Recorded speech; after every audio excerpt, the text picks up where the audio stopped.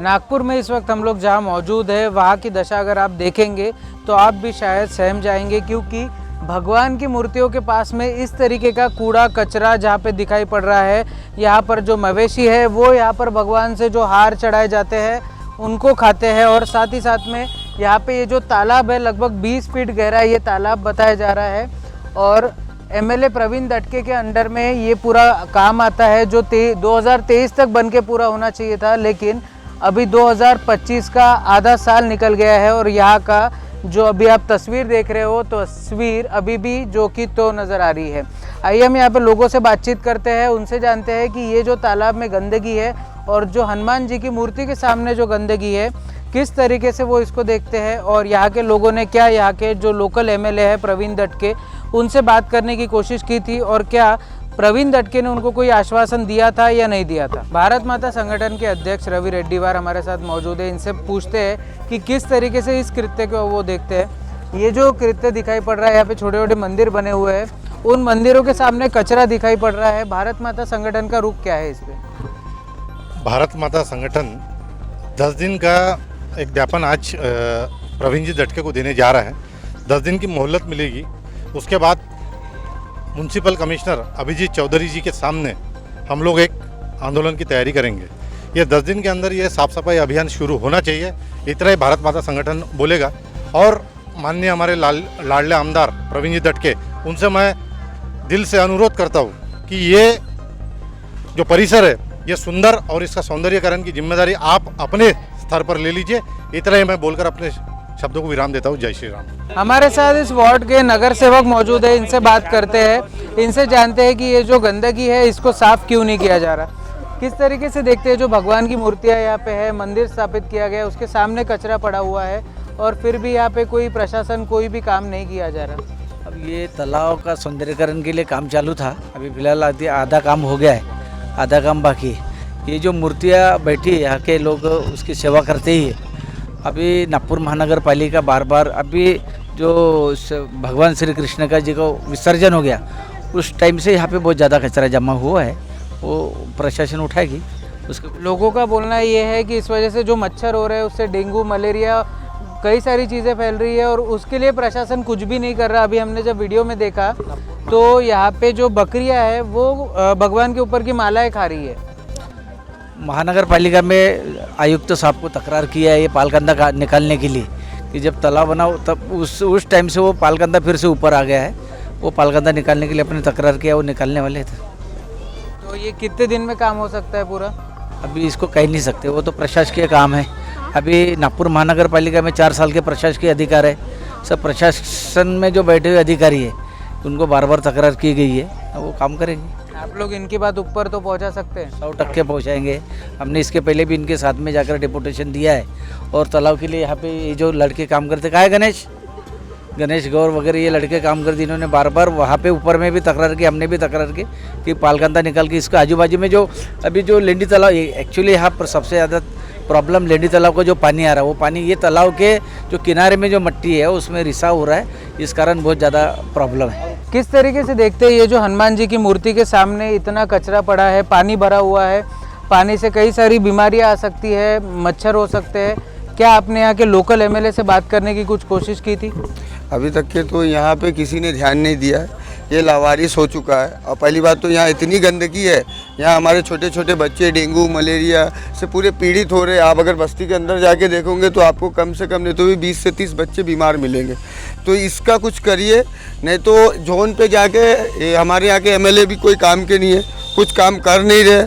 आप जोन से आके बस इधर आके धुआं मार देते और चले जाते हैं। तो इसका कार्य होना चाहिए। 2-3 साल से इसका कार्य भी रुका हुआ है। और पहली बात तो हमारा तालाब पहले ठीक था, अभी तो उससे ज़्यादा गंदगी हो गई है। इतनी गंदगी हो चुकी है कि हम आप लोगों को बता नहीं सकते। नहीं तो यहाँ पे एक दिन खटिया डाल के रह के देखिए, फिर उनको पता चलेगा कि क्या होता है क्या नहीं। इतने बड़े बड़े मच्छर हो जाते हैं, 7 बजे से स्टार्ट हो जाते हैं। हम बहुत परेशान हैं, बस्ती को लोग पूरे परेशान हैं। अब इसका कार्य होना चाहिए और जल्द से जल्द करेंगे तो बहुत अच्छी बात है। हम आपसे यही विनती करते हैं, बस और कुछ नहीं। क्या यहाँ के लोकल एमएलए जो प्रवीण दटके हैं उनसे बात करने की कोई कोशिश की गई थी?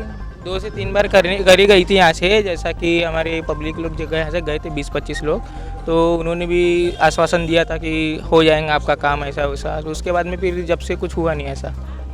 और जिस तरीके से यहाँ पे भगवान की मूर्तियों के सामने कचरा पड़ा हुआ है, किस तरीके से उसको देखते हैं, क्योंकि यहाँ पे भगवान की मूर्तियों को जब पूजा जाता है तो वहाँ पे मवेशी भी उनके हार खा रहे हैं, बहुत सी चीज़ें हो रही है। इसके बारे में भी कोई कंप्लेंट की गई थी? नहीं, इसके बारे में नहीं दिया था। इसके बारे में मेरे को, जब मैं मंदिर में पूजा करने गया, जब मुझे वहाँ गंदा दिखा तो मैं डायरेक्ट बजरंग दल से कांटेक्ट किया। हमारे साथ में यहाँ के रहवासी मौजूद है, जो लेडीज यहाँ पे रोज पूजा करती है, उनसे बात करते हैं। इस मंदिर में आप पूजा करने जाते हैं तो इतना कचरा पड़ा हुआ रहता है, वहाँ सिगरेट के पैकेट पड़े हुए हैं, बहुत सी चीज़ें, किस तरीके से देखते हैं यहाँ की लीडरशिप क्यों काम नहीं कर रही?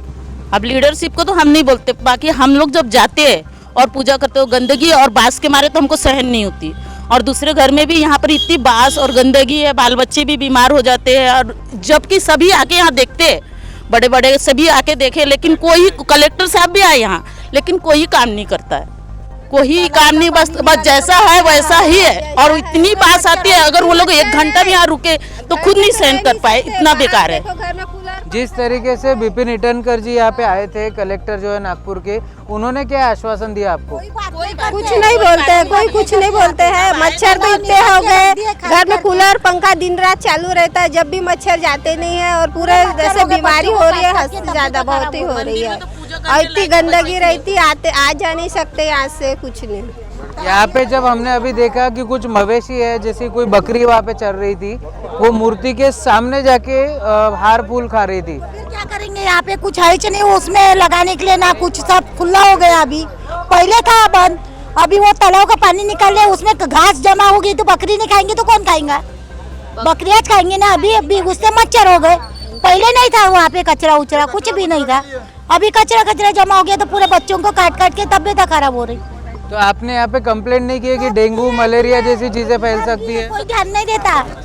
हमने उस दिन पार्टीकर को बोले तो बोले होगा साहब, किसको बोलेंगे? लेकिन कोई ध्यान नहीं देता है, जबकि सभी यहाँ पर बड़े बड़े लीडर है, अपना से हर कोई आके देखे, लेकिन किसी ने ध्यान नहीं दिया। और हमको उससे पूजा करने जाती थी, जो बंद कर दी मैंने। बुधवार के मंदिर में जाती है, क्या करेंगे नहीं ना उस चीज का, क्योंकि यहाँ कुछ हो नहीं रहा है। गडकरी साहब ने 16.5 करोड़ रुपए सैंक्शन किए थे, ये 16.5 करोड़ का ये काम है। देखो काम तो देखो क्या है, कोई काम नहीं है, बस 10 फीट का दीवार उठा के बस हो गया काम। अंदर गहरीकरण भी नहीं हुआ है, ना साफ हुआ, ना सफाई हुआ, ऊपर से गंदगी हो गई है।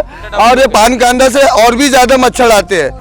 आप एक बार अंदर की भी वीडियो लीजिए और देखिए कि कितना गंदगी है।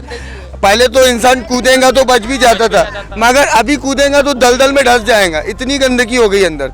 तो कारपोरेशन का काम है, और हमारे नगर सेवक तो इधर है नहीं, तो वार्ड के मेंबर से हम विनती करते हैं कि इसको जल्दी से जल्द इसका कार्य चालू करे और इसको सफा करे और हम के मुक्त करे। एक तरफ हम लोग जहां बात करते हैं स्मार्ट नागपुर की, वहीं पे नागपुर की दूसरी तस्वीर भी आपके सामने रखना ज़रूरी है। ये जो तस्वीर है ये बहुत ही भयानक है, क्योंकि जिस तरीके से यहाँ पे भगवान की मूर्तियों के सामने, भगवान के मंदिरों के सामने अगर कचरा पड़ा है, दारू की बोतलें पड़ी है, और साथ ही साथ अगर आप मेरे पीछे देख पा रहे हैं तो ये इलाके को यहाँ पे तालाब बनाने की कोशिश की जा रही थी, लेकिन आज ये सिर्फ दलदल बन के रह गया है। और यहाँ के लोगों की सुध लेने के लिए प्रशासन या कोई भी लोकल एमएलए यहाँ पे आने को तैयार नहीं है। इनका कहना ये है कि यहाँ पे कलेक्टर साहब आए ज़रूर थे, लेकिन उन्होंने ना कोई आश्वासन दिया और ना ही कोई काम किया। इस प्रोजेक्ट के लिए हमारे यूनियन मिनिस्टर नितिन गडकरी ने 16,500 करोड़ रुपए लगाए थे, 1650 करोड़ रुपए लगाए थे, लेकिन आज भी ये जो सिर्फ कंपाउंड वॉल है, इतने कंस्ट्रक्शन के लिए अगर 1650 करोड़ रुपए लग रहे, तो ये सरकारी जो पेपर्स है उसमें देखना चाहिए कि किस तरीके से सिर्फ इतनी कंपाउंड बनाने में 1650 करोड़ का किस तरीके से पैसा लग गया। और आने वाले वक्त में ऐसे अगर पानी जमता रहा तो इससे डेंगू जैसे घातक बीमारियां फैल सकती है, मलेरिया जैसी बीमारी फैल सकती है, और इसके अलावा यहाँ के लोगों की धार्मिक भावनाओं की रक्षा करेगा कौन? ये सवाल बहुत अहम है, क्योंकि स्मार्ट नागपुर के बीच में अगर कोई रोड़ा है तो वो है करप्शन और काम नहीं करने का जुनून। आने वाले समय में क्या इस बस्ती में ये जो काम रुका हुआ है ये जल्द से जल्द होगा, ये देखने वाली बात होगी। और एनएमसी के इलेक्शंस के पहले जब कोई नेता यहाँ पे वोट लेने आएगा तो किस मुंह से वो वोट लेने आएगा, ये भी देखने वाली बात रहेगी। वीडियो जर्नलिस्ट प्रवीण सूर्यवंशी के साथ मैं शांतनु अग्रवाल, महाराष्ट्र DV24 नागपुर।